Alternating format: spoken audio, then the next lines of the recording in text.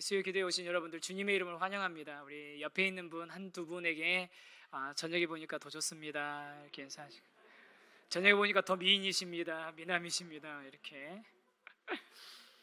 네, 반갑습니다. 오늘 좀 쌀쌀해가지고 그래서 따뜻하게 입고 오셨어야 됐을 텐데 감기 좀 많이 조심하셔야 될 것 같습니다. 코로나도 그렇고 또 다른 독감도 유행하고 있어서 우리 건강 잘 지키면서 신앙생활하겠습니다. 오늘 이제 말씀 성경 본문 읽기 전에 이야기 잠깐 말씀을 좀 드리면, 옛날에 이제 이게 예화예요. 뭐 진짜로 있었던 일은 아닐 거라고 저는 생각해요. 어떤 이제 부부가 있는데 아내는 독실한 그리스도인인데 남편은 정말 이제 교회 다니는 걸, 신앙생활 하는 걸 거부했던 거예요. 그런데 아내가 막 너무 이제 조르니까 이제 어쩔 수 없이 한번 이제 교회를 갔거든요. 어쩔 수 없이 한번 교회를 갔는데 가서 이제 안자만 주고 온다, 가정의 평화를 위해서 그러고 갔는데 갔다가 나오면서 이 남편분이 싱글벙글인 거예요. 그날 말씀에 은혜를 받았어요. 왠 줄 아세요? 어, 예? 예? 뭐라고 하시는데 그거 맞는 것 같아요. 그거 맞는 것 같아요. 에베소서 5장 22절 말씀을 들은 거예요. 아내들여 내 남편에게 복종하기를 죽게 하듯 해라. 이 말씀을 듣고 나오는 거죠. 그러니까 싱글벙글 하면서 아내한테 오늘 말씀 들었지? 이제부터 더 이상 나 교회 가자고 괴롭히지 말라는 나의 말에 복종하시오. 그랬다는 거예요. 그래가지고 근데 뭐 무슨 얘기인데, 이 말씀을 우리가 그 한 구절 한 구절을 아는 것도 참 중요하지만, 한 단어 한 문장 한 구절도 중요하지만 이 말씀 전체가 어떤 의미를 가지고 있는지를 정확하게 파악하는 게 정말 참 필요하고 중요한 일입니다. 그래서 뭐 제가 한 달 전에 이제 수요 예배 했을 때, 저는 약간 좀 이렇게 시리즈처럼 지금 말씀 전하고 있는데, 그 전에 할 때는 이제 성경이 우리 오기까지 이야기했었고, 그다음에 성경이 이제 번역되는 과정 뭐 이런 이야기들 말씀드렸었고, 성경의 이제 문맥을 좀 보면서, 앞뒤 문맥을 보면서 좀 성경을 읽으셔야 된다라는 말씀드렸고요. 또 지난주에는 뭐였냐면, 그럼 그 성경이 여러 가지 문체로 쓰여져 있는데 그 문체를 좀 이해하면서 성경을 보면 훨씬 더 우리 성경을 잘 이해할 수 있다라고 말하면서, 제가 그때 설교할 때 무려 40분이나 설교를 했더라고요. 그래서 그날 힘드셨죠? 제가 그 다음날 그 홈페이지에 영상이 올라오는데 40분이 찍히는 거예요. 그래가지고 죄송합니다. 오늘은 그렇게 길게 안 할 거니까 긴장하지 마시고. 그래서 지난 그 시간에 하면서 성경에 5가지 주요한 문체가 있죠. 강화체가 있고 설화체가 있고 시가서가 있고 또 뭐 우리 뭐가 있었죠? 지혜문학이 있고 묵시문학이 있고 이런 것이 있다 했는데, 제일 대표적인 게 뭐냐면 강화체하고 설화체예요. 그래서 설화치 하면서 지난번에 누가복음 5장에 나온 중풍병자를 예수님 앞으로 데려왔을 때, 그때 예수님께서 죄사함에 대해서 선포하시는 그 장면을 보면서 우리가 여러 가지 거기에 뭐 우리가 영적인 교훈을 얻을 수 있는 것들이 있지만, 드라마로 봤을 때 제일 클라이막스는 뭐냐면 예수님이 죄사함에 대해서 선포하시고 그 죄사함의 권세에 대해서 그 종교 지도자들이 반발하는 그것을, 그 제일 클라이막스라는 것을 보면 예수님께서 그 중풍병자를 고친 일을 통해서 예수님이 하나님이시라는 것을 증명하기 위한 것이었다는 것, 그게 가장 핵심이라는 것을 우리가 이제 알게 되는 거거든요. 근데 이렇게 설화체는 그래도 조금 좀 나아요. 왜냐하면 이야기니까 읽으면 좀 이해가 된단 말이에요. 등장인물들 보고 스토리가 어떻게 진행되는지 이렇게 보면 이해가 되는데, 강화체는 조금 이게 우리가 좀 신경을 써서 좀 성경을 좀 봐야 됩니다. 강화체는. 근데 문제는 성경에 강화체가 굉장히 많아요. 뭐 대표적으로 모세오경, 뭐 그다음에 바울 서신, 이런 거 다 강화체잖아요. 그래서 강화체는 조금 우리가 신경을 써서 봐야 되니까 오늘은 강화체로 쓰여 있는 본문 하나 같이 보면서 이 중에서 뭐 100%는 아니지만 이런 식으로 좀 보면 좋습니다 라고 실제로 이 말씀을 보면서 한번 찾아보도록, 이 강화체에 대해서 우리가 같이 말씀을 보는 방법을 익혀보도록 하겠습니다. 그래서 오늘 우리가 같이 좀 봤으면 하는 말씀이요, 로마서 12장 1절에서 8절입니다. 성경 있으신 분들은 성경을 좀 다 꺼내시고요, 본인 성경이시고 뭐 펜도 있으시면 펜도 꺼내셔도 좋습니다. 뭐 내용을 하는 게 아니라 본인이 뭐 이렇게 표시도 좀 하시고 메모도 하시고 하시면서 하셔도 되고, 그 다음에 이제 머리가 좋으신 분들은 그냥 자기 머리에다가 다 그리시면 됩니다. 네, 괜찮습니다. 로마서 12장 1절에서 8절 저하고 여러분이 한번 같이 한번 한 절씩 교독하도록 하겠습니다. 제가 먼저 읽을게요. 그러므로 형제들아 내가 하나님의 모든 자비하심으로 너희를 권하노니 너희 몸을 하나님이 기뻐하시는 거룩한 산 제물로 드리라. 이는 너희가 드릴 영적 예배니라.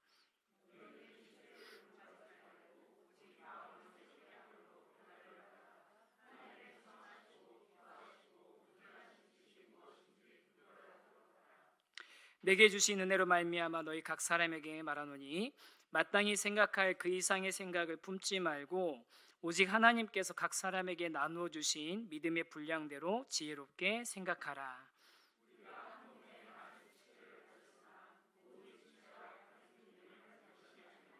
이와 같이 우리 많은 사람이 그리스도 안에서 한 몸이 되어 서로 지체가 되었느니라.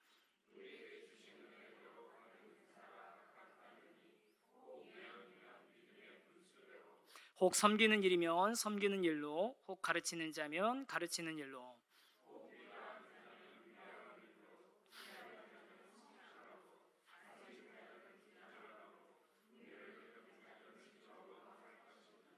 네, 아멘.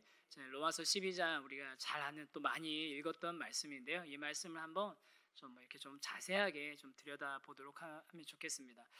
뭐 강화체든 설화체든 어떤 이제 체든 성경을 읽을 때 가장 좀 먼저 이제 성경의 이 배경을 좀 확인하는 건 꼭 필요합니다. 성경이 이게 어떤 배경을 가지고 있는지를 좀 알고 계시면 좋은데요. 로마서에 관한 이제 배경 지식을 좀 정리를 하면 좋잖아요. 근데 로마서에 대한 배경 지식을 어떻게 하면 우리가 알 수 있을까요? 네. 뭐 이런저런 자료 인터넷에서 찾아보시는 것도 가능하신데 제일 쉬운 방법은 우리가 갖고 있는 성경책 대부분의 성경책들이 보시면 제 성경책도 그러거든요. 로마서 시작할 때 앞부분에 로마서에 관한 서론 같은 이야기들이 좀 다 있어요. 기본적인 정보들 뭐 거의 틀리지 않은 기본적인 정보들이 다 있습니다. 그래서 그런 기본적인 정보를 먼저 좀 한번 확인하면 참 좋을 것 같아요. 그래서 제가 이 제 성경에 있는 제 성경에 이제 참고 자료로 있는 그 내용을 보니까 로마서는 이 저자하고 이런 내용들이 나오거든요. 네, 화면 한번 보여주시겠어요? 네, 저자는 누구겠습니까? 당연히 사도 바울이에요. 사도 바울이 했고 편지 형식은 서식은 편지입니다. 그러면 편지니까 쓴 사람이 바울이니까 받는 사람도 있을 거잖아요. 받는 사람이 누구일까요? 네, 로마에 있는 그리스도인들이에요. 이거는 좀 우리가 기억해 두실 필요가 있어요. 로마서 전체가 보면 복음에 대해서 설명하고 복음의 진리에 대해서 이야기하고 있으니까 이거 복음 모르는 사람들이 대상 아니야? 예수님 믿게 하도록 예수님 설명하고 싶어서 복음의 원리에 대해서 설명하고 싶은 거 아니야? 라고 생각하기 쉬운데 그렇지 않습니다. 로마에 있는 이미 그리스도인이 된 성도들한테 보낸 편지입니다. 그럼 보낸 이유는 있겠죠. 뭐 두 가지 중에 하나겠죠. 하나는 뭐겠어요? 그들이 믿음 생활을 더 이렇게 공고하게 만들어주고 싶은 그런 목적도 있을 거고, 또 하나는 그들이 믿음 신앙생활 하는 데 있어서 좀 헷갈려하고 혼란스러워하는 것들이 있으니까 그걸 좀 잡아주고 싶은 그런 마음도 분명히 있겠죠. 그런 의도가 들어있다라는 것을 우리가 그냥 이제 짐작해 볼 수 있습니다. 그리고 네 번째는 기록 연대인데 예수님이 돌아가신 후에 57년 정도에 기록됐다고 일반적으로 생각하더라고요. 그래서 이게 언제쯤이냐면 사도행전 20장쯤에 보면 이제 사도 바울이 이제 고린도 지방에서 복음 전한 3차 전도 여행이 나오는데 그때쯤 고린도쯤에서 기록했을 거라고 일반적으로 얘기하는 그런 사전 지식이 이제 우리가 갖고 있는 성경이나 아니면 우리 주변에서 찾아볼 수 있는 간단한 뭐 배경 사전 이런 거에서 찾아볼 수 있고요. 그럼 이렇게 이제 배경 지식을 먼저 정리하고 났으면 그 다음은 어떻게 해야 되겠습니까? 성경 본문을 좀 꼼꼼하게 읽어야 되겠죠. 제일 좋은 방법은 성경을 읽는 대로 천천히 자세하게 그리고 아주 낯설게 읽는 겁니다. 우리가 익숙하게 읽어왔던 성경 말씀이니까 아는 것처럼 보지 마시고 한 단어 한 단어 한 문장 한 문장을 좀 새롭게 바라보시면 좋겠는데요. 그렇게 바라보실 때 이걸 좀 염두에 두고서 바라보시면 좋습니다. 뭐냐면요, 수사학적인 표현들이 있어요. 수사학적인 표현들이 몇 가지가 있잖아요. 그런 것들을 좀 유의해서 본문을 좀 살펴보시면 좋겠는데, 첫 번째가 뭐냐면 비교입니다. 비교는 상호 간의 유사한 점을 보여주면서 이해시키는 건데요. 그렇게, 또한, 뭐뭐와 같이, 뭐 이와 같이 같은 이런 표현들이 주로 이제 비교에 해당되죠. 그런데 5절에 그런 표현이 나와 있네요. 우리 말씀이 그렇죠. 5절 한번 같이 한번 읽어보겠습니다. 이와 같이 우리 많은 사람이 그리스도 안에서 한 몸이 되어 서로 지체가 되었느니라. 이와 같이, 그럼 앞에 있는 내용하고 연관이 굉장히 있겠죠. 이와 같이 우리 많은 사람이 그리스도 안에서 한 몸이 되었다. 그래서 서로 지체가 되었다라는 그런 비교되는 게 있고요. 그 다음 대조되는 게 있습니다. 두 번째 대조. 네, 대조는 상호간의 자른이 아니라 다른입니다. 다른 점을 보여주면서 이해시키는 건데, 그러나 무엇이 아니라 이런 표현인데요. 오늘 읽었던 본문에는 대조에 해당되는 거는 좀 거의 나오지는 않는 것 같아요. 그리고 그 다음 이제 세 번째는 뭐냐면요, 반복입니다. 반복은 한번 단어나 구나 절, 인물, 행동의 반복으로 강조하는 건데요. 있어요. 한번 4절하고 5절에 나와 있는데 한번 같이 한번 다시 한번 읽어보실까요? 시작.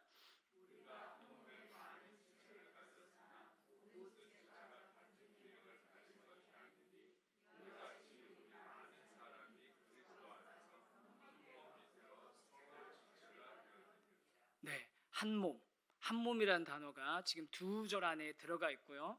그 다음에 많은 지체, 모든 지체, 많은 사람, 서로 지체가 되고, 몸, 지체, 그 다음에 사람, 이런 것들이 다 같이 이렇게 반복되면서 나오고 있잖아요. 이게 무슨 얘기냐면, 이게 지금 우리 많은 지체, 많은 사람들이 많은 지체인데 그 지체들이 한 몸이 된다라는 것을 잘 설명하고 싶어서 반복적으로 이야기하면서 설명하고 있는 그런 단어들이 반복되고 있는 그런 곳입니다. 그래서 여러분, 성경 읽다가 반복되는 단어가 나오면 그거는 꼭 주의해서 보셔야 돼요. 반복되는 단어가, 왜냐면요, 이거는 전에도 한번 말씀드렸는데 성경을 양피지나 파피루스 같은 데다 기록한다는 걸 생각해 보면요, 지금은 우리 인쇄된 책 하나 얻는 게 굉장히 너무나 보편화되어 있고 아무 데서나 우리가 인쇄물을 뽑을 수 있는 그런 시대이지만, 그때 생각해 보면 양피지, 파피루스 같은 데다가 글을 써서 기록에 남긴다는 건 굉장히 시간과 돈이 많이 들어가는, 자원이 많이 들어가는 일이었던 거예요. 그러니까 거기에 똑같은 단어를 몇 번이나 반복해서 쓴다면 그게 그만큼 중요하다는 얘기인 거죠. 그러니까 반복되는 단어는 항상 우리가 봐야 됩니다. 주목해서 봐야 되는데, 그런데 단어만 반복이 되느냐? 그렇지 않아요.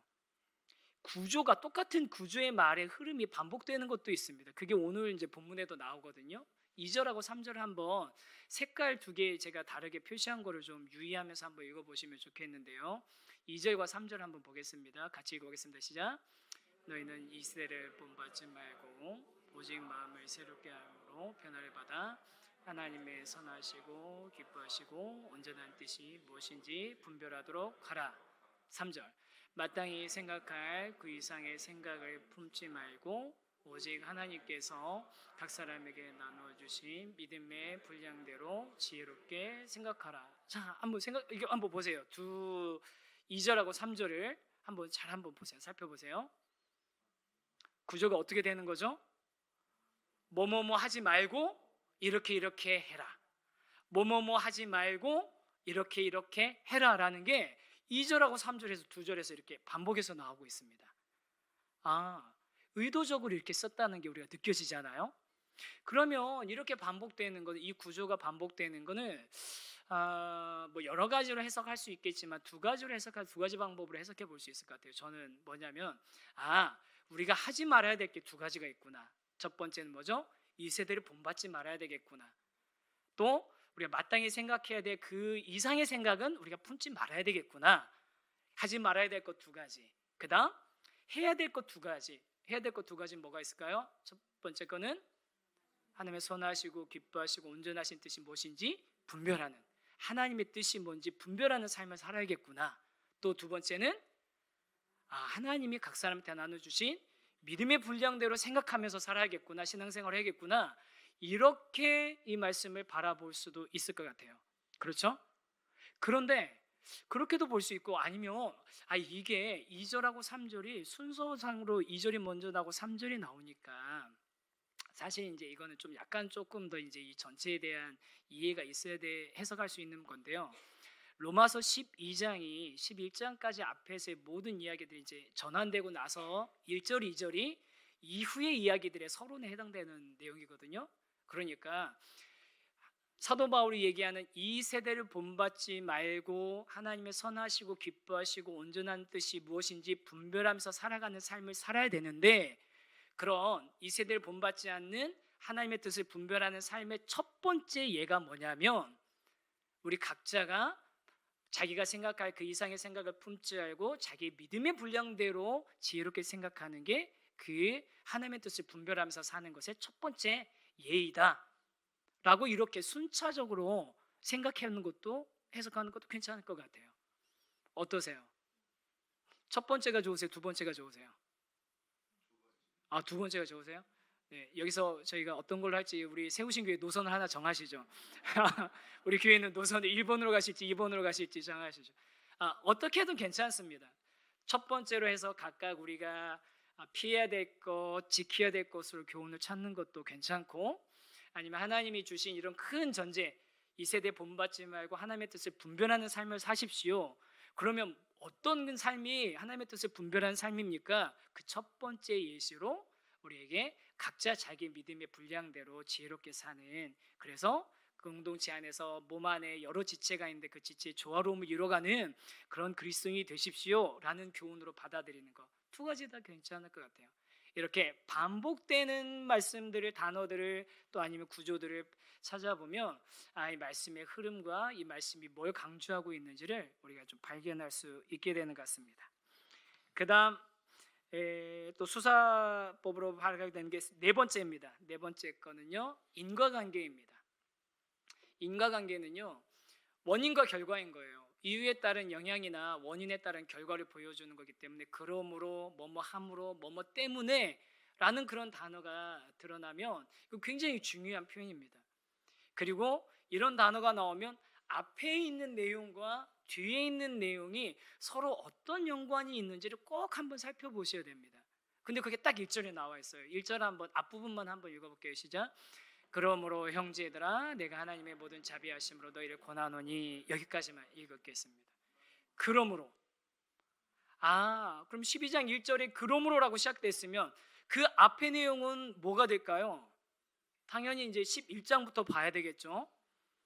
근데 11장을 이렇게 보다 보니까 이게 조금 약간 이것만 얘기하시는 건 아닌 것 같은데, 조금 더 앞으로 가보고 조금 더 앞으로 가보고 조금 더 앞으로 가보면은 대부분의 이제 성경을 가르치시는 분들은 이 그러므로는 1장 1절부터 11장 마지막까지 전체를 다 받는 단어라는 거예요.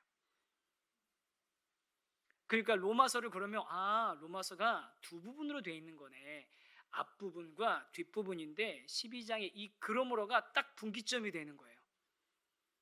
그 앞부분은 그럼 무슨 내용이 나와 있냐? 우리가 아는 것처럼 모든 사람이 죄를 범해서 하나님의 영광에 이르지 못하지만 하나님께서 우리 예수 그리스도를 통해서 십자가에서 우리의 죄를 사해 주셔서 다른 어떤 것이 아닌 그 예수 그리스도를 믿는 그 믿음으로 말미암아 구원을 얻는, 오직 의인은 믿음으로 말미암아 살리라라고 하신 그 놀라운 은혜를 베풀어 주신, 그래서 이 세상에서 유대인이나 다른 사람들이 율법을 지켜야 된다고 얘기하고 다른 진리들을 얘기하는 거 다 필요 없다는 거.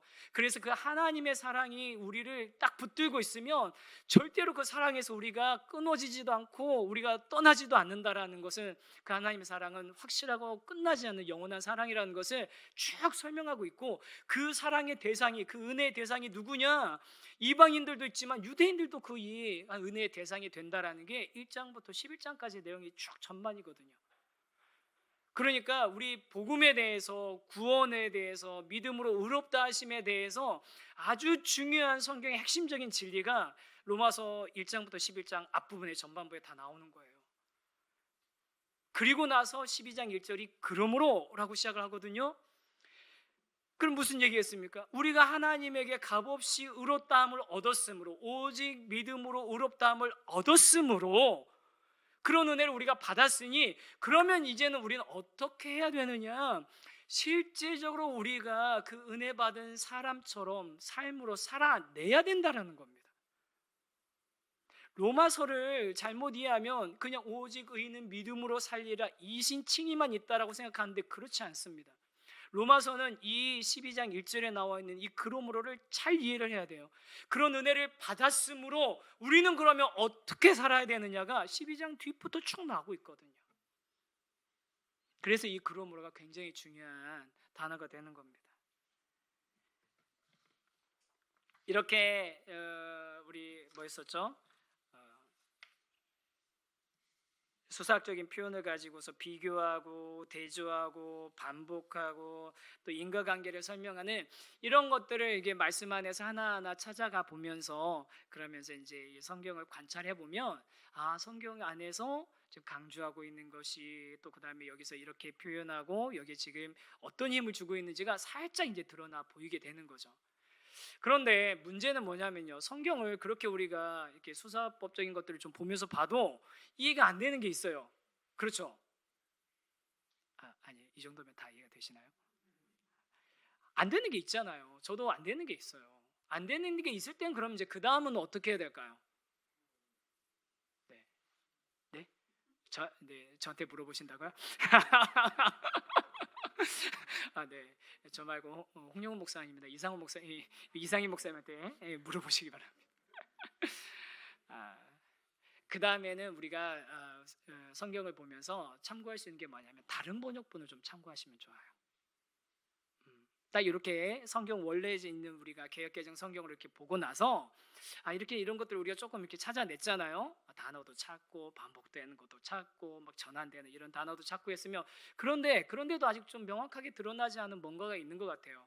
그럴 때 번역본을 좀 참고하면 좋은데요. 첫 번째로는 우리말로 번역된 좋은 번역본들이 있어요. 뭐 쉬운 성경, 현대인의 성경 같은 한글 번역본을 좀 먼저 좀 보시면 좋습니다. 그걸 가지고 2절 말씀을 봤더니 개역개정 성경에는 이렇게 나와 있잖아요. 너희는 이 세대를 본받지 말고 오직 마음을 새롭게 함으로 변화를 받아 하나님의 선하시고 기뻐하시고 온전하신 뜻이 무엇인지 분별하도록 하라 라고 나와 있단 말이에요. 변화를 받아 하나님의 이루고 해라 라고 나와 있어요.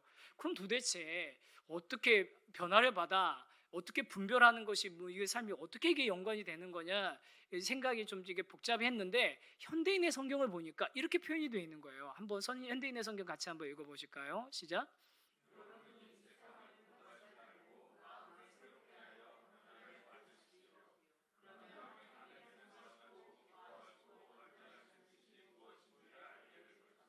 네. 현대인의 성경을 보니까 이 말씀이 이런 뜻이구나가 훨씬 더 선명하게 들어가는 거죠. 그렇죠? 우리가 변화를 하나님이 이 세상을 본받지 말고 마음을 새롭게 함으로 변화를 받으면 그러면 하나님의 선하시고 기뻐하시고 온전하신 뜻이 무엇인지 우리가 분별하고 알 수 있게 될 거라는 겁니다. 변화되는 게 먼저인 거죠. 그러면 이라는 단어가 있는 이런 이제 다른 번역본을 보니까 이 구절을 이해하는데 훨씬 더 이제 우리가 도움이 됐습니다. 그리고 또 다른 이제 이게 단어 같은 것들을 볼 때 이 단어의 뜻이 좀 모호한 게 있어요. 한글 성경만 가지고서는 이제 뭐 단어 검색만 해가지고서는 사전만 가지고서는 정확하게 뜻을 알 수 없을 때 그럴 때 또 어떤 도움을 받으면 좋냐면은 영어 성경 NIV나 ESV 성경 같은 건전한 번역 성경을 도움을 받으면 좋습니다. 우리가 잘 아는 이 말씀 1절의 말씀 너희 몸을 하나님이 기뻐하시는 거룩한 산 제물로 드리라 라고 돼 있잖아요. 산 제물이 뭡니까? 산 제물 산에서 드리는 제물이 산 제물입니까?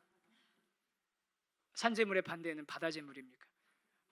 죄송합니다. 이런 썰 제가 그러나 말씀드린 것처럼 저는 꾸준히 할 겁니다. 포기하지 않고 산 제물이 뭐냐? 산 제물이 뭐냐라는 것을 ESV 성경을 보니까 NIV도 똑같습니다. Living sacrifice. 살아있는 제물이라는 거예요. 제물. 살아있는 제물. 너희 몸을 하나님이 기뻐하시는 거룩한 살아있는 제물로 드리라고. 살아있는 제물로 드리는 이게 하나님이 기뻐하시는 영적인 예배라고 하는 거예요. 그러면 우리가 생각해 보게 되죠. 제물? 구약에서는 지금 우리가 예수 그리스도의 은혜의 복음 예수 그리스도께서 십자가에서 구속해 주신 그 은혜 이전에 사람들은 어떤 예배를 드렸습니까? 제사를 드렸죠. 뭘 가지고 제사를 드렸습니까? 주로 짐승을 가지고 제사를 드렸죠. 그런데 그 짐승을 가지고서 그때 어떻게 제사를 드렸습니까? 죽여서 제사를 드렸죠. 죽은 제물을 드렸던 거예요. 죽은 제물, 그리고 그 제물이 온전한 한 덩어리가 아니라 멱을 따고 각을 뜨고 사지를 절단해 가지고 분리된 그런 제물을 하나님께 드리고 그것으로 예배를 드렸는데, 그 불완전한 그 제사, 우리 인간을 온전하게 회복시킬 수 없는, 우리의 죄 문제를 완전하게 해결할 수 없는 그런 불완전한 제사가 구약에 있었다면, 이제 예수 그리스도 이후에는 그런 죽은 제사를 지낼 필요가 없어졌다는 거예요.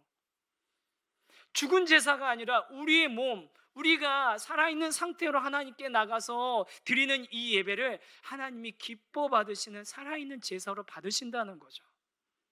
여러분, 얼마나 감사하고 얼마나 놀랍습니까? 만약에 예수님의 그 은혜가 아니라, 우리가 살아있는 제사가 아니라 죽이는 제사, 죽은 제물로 드리는, 죽은 생명을 하나님께 드리는 제사를 드려야 됐다면 우리 아마 태원고에서 안 빌려줬을 거예요. 주일 지나면 피냄새가 진동할 텐데, 안 그러겠습니까? 피 냄새뿐만 아니라 끌고 오면서 양이나 염소가 막 똥 싸놓고, 그럼 막 그냥 끝나고 나면은 막 치우느라고 저희가 난리, 의자 치우는 것보다 그게 더 어려울 거예요.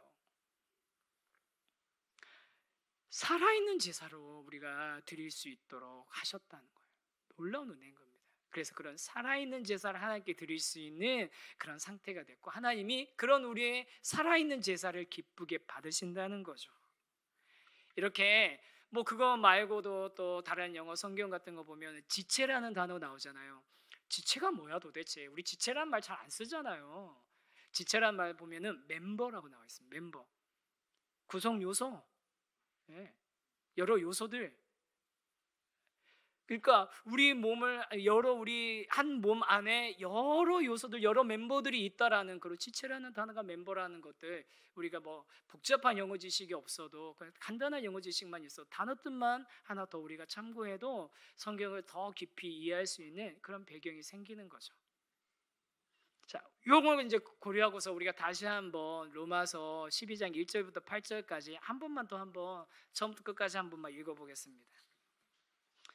한번 천천히 읽으시면 좋습니다. 우리 빨리 읽지 말고 천천히 읽는데, 아까는 제가 먼저 읽었으니까 이번에는 우리 성도님들이 먼저 읽는 걸로 한번 해보겠습니다. 읽겠습니다. 천천히 읽겠습니다. 시작.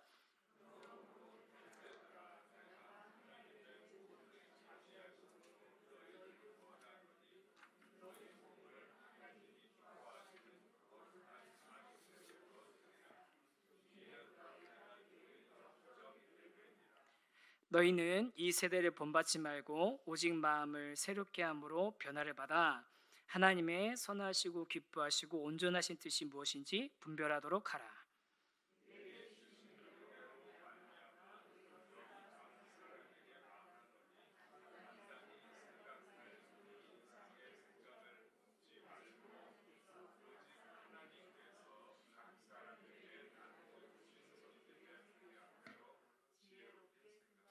우리가 한 몸에 많은 지체를 가졌으나 모든 지체가 같은 기능을 가진 것이 아니니,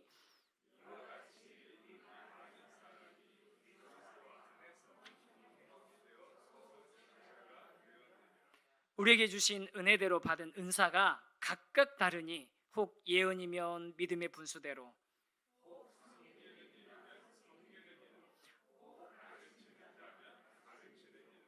혹 위로하는 자면 위로하는 일로, 구제하는 자는 성실함으로, 다스리는 자는 부지런함으로, 긍휼을 베푸는 자는 즐거움으로 할 것이니라.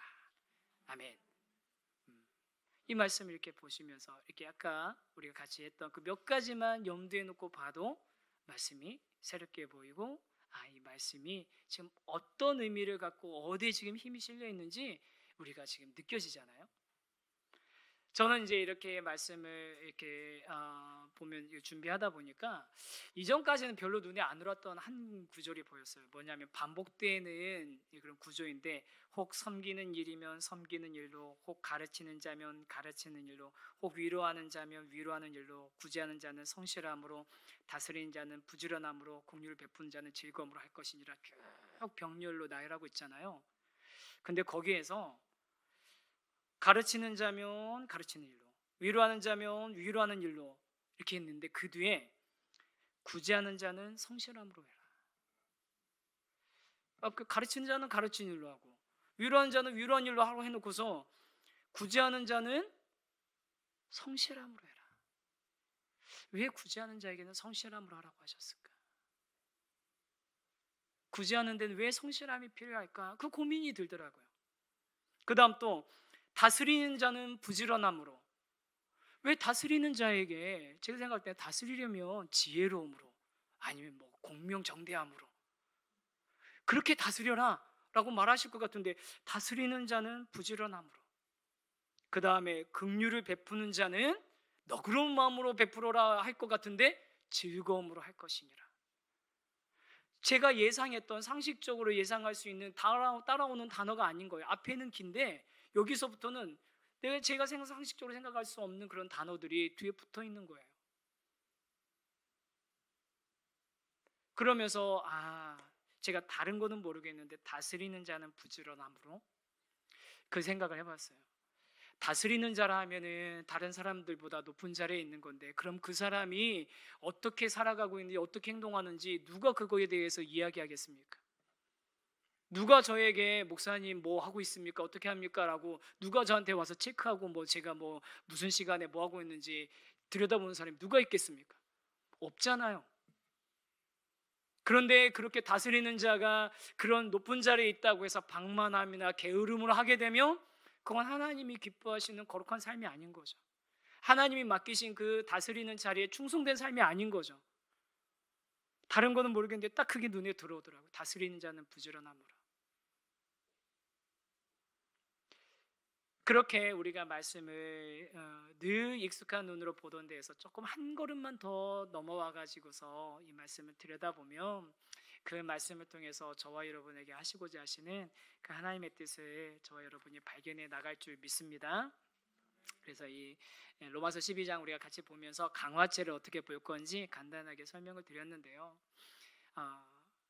우리가 하나님께서 기뻐하시는 그런 거룩한 산 제사로, 산 제물로 우리의 삶을 드리는 그런 삶, 우리의 몸을 하나님이 기뻐하시는 그런 예물로 드리는 그런 삶을 살아간다면, 그것에 이제 첫 번째로 우리가 실현해야 되는 것이 있다면, 우리 공동체 안에서 여러 지체가 각각 받은 은사와 각각 받은 그런 하나님께서 주신 그 분량대로 자기의 사역들을 감당하고 그 사명들을 감당하고, 눈은 눈답게, 귀는 귀답게, 코는 코답게 그 자리에서 다른들이 정말 작용해서 풍성한 한 몸을 이뤄나가는 기쁨을 우리가 누리고, 그렇게 하나 되기 위해서 노력해야 된다는 것을 이제 말씀을 통해서 잠깐 보게 되었는데, 우리 저와 여러분이 이 말씀들을 바라볼 때 그 안에 있는 정말 핵심적인 메시지를, 정말 중요한 그 메시지의 흐름들을 우리가 잡아가면서 그 말씀들을 알아나가고, 또 그 말씀이 원하시는 대로, 또 우리에게 지시하는 대로 살아나가는 그런 은혜를